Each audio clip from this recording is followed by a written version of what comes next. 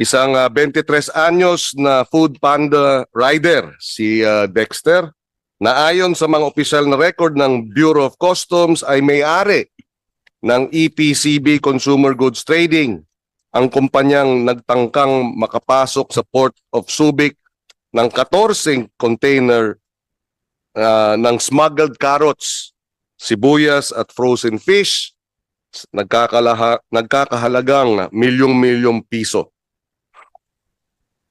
Sabi nga, frozen fish. Pero ang nabanggit nga ni Senator J.V. Ejercito nung nakaraang hearing, obvious na hindi big fish si Mr. Huala.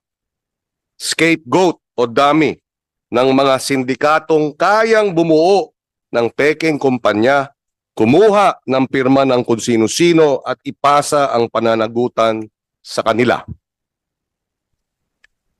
Sa kaso ni Lugin Tenero, broker ng 1024 Consumer Goods Trading, siya ang pumirma ng import entry documents para sa smuggled frozen mackerel na may halagang 68 million pesos.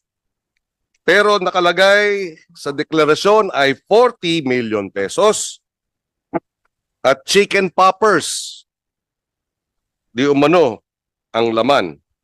Nang tanungin kung sino si Mr. Carlos, dahil sabi ni Mr. Lugin Tenero, isang Mr. Carlos ang kausap niya para pumirma. Taga Bureau of Customs daw na nag-utos sa kanya, pero hindi niya alam ano apelyido ni Carlos. Tulad ng sinabi natin noon, paanong hindi makikilala ang taong kausap sa milyong-milyong pisong transaksyon. 40 million pesos, if I'm not mistaken, pipirma ka sa mga dokumento sa halagang 40 million pesos, hindi mo kilala sino yung nagpapirma sa'yo. Hindi ka panay-paniwala. Nilarawan natin sa nakaraang hearing ang bulok na sistema ng smuggling. Ang sistema kung saan ang mga maliliit na ginagawang panangga at ang mga nasa likod ay patuloy na yumayaman sa pawis ng ating mga magsasaka at mangingisda at ng ating mga consumer o mamimili. Sa kabilang banda, malinaw ang batas. May ngipin ang Republic Act 12022 o ang Anti-Agriculture Economic Sabotage Act. May pondo pa nga, 500 million pesos at 3 beses ko nang pinalo up ito sa DBM at pati sa presidente mismo. Ayon sa batas, ang opisyal consignee ay maaaring makulong ng habang buhay at multahan ng 5 beses ng halaga ng mga smuggled goods. Ganito kabigat ang pananagutan. Kaso bakit hindi ganun kabigat ang pagkilos ng ahensya ng pamahalaan? Maangas ang batas. Dapat maangas din ang gobyernong pagprotekta sa ating mga mamimili at sa ating mga magsasaka at sa ating mga mangingisda.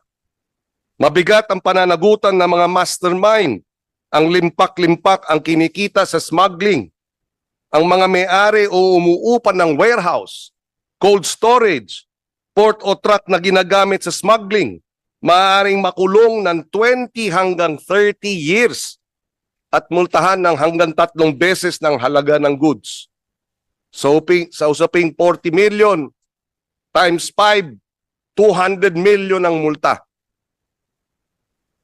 Times 3, 120 million ang multa. Nagkulang ba ang mga gumawa ng batas?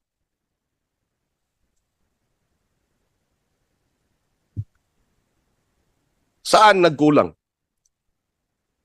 And that is why the Senate exercises oversight functions, which is when we pass these laws, we will have to monitor how these laws are implemented. And unfortunately, since 2015 or 9 years or 10 years, almost 10 years, 2016, wala pang nakukulong na malaking smuggler kahit non-bailable na nun. ang economic sabotage of agriculture products sa halagang 10 million pesos.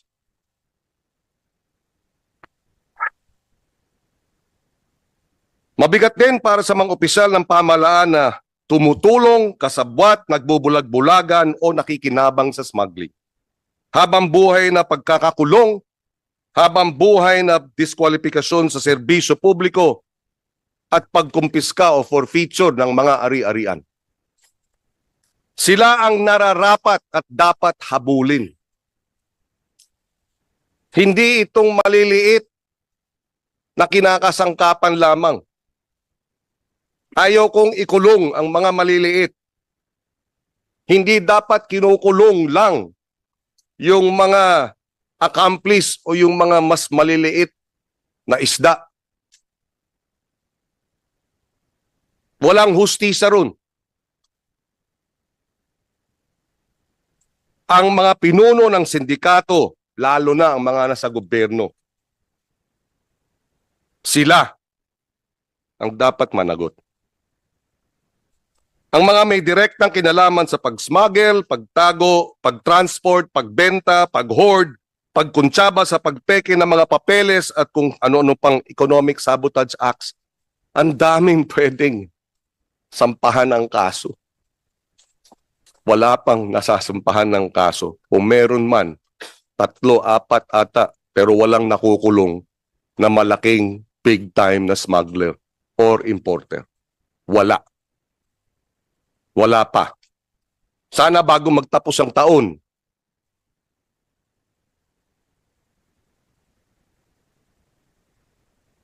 ang mga taong gobyerno hindi ordinaryong mamamayan. Sila ang mga taong binabayaran natin para bantayan ang kapakanan ng taong bayan. Ang kanilang kasalanan ay higit pa sa smuggling. Ito ay pagtalikod sa sinumpang tungkulin na protektahan ang ating mga magsasaka, mangingisda at ang ating 100 milyong mahigit na mamimili. At tandaan natin, hindi sa bigat ng parusa na susukat ang hustisya, kung hindi sa bilis at katiyakang pagpataw nito. Sapagkat ang parusang mabagal ay para na ring walang parusa. Ang batas, gaano man katindi, ay hindi magiging walang saysay kung hindi ito agad pinapatupad. Sa mga nakaraang pagdinig, humingi tayo ng maraming dokumento, Bureau of Customs, import records, applications for permits, brokers' licenses, at iba pa.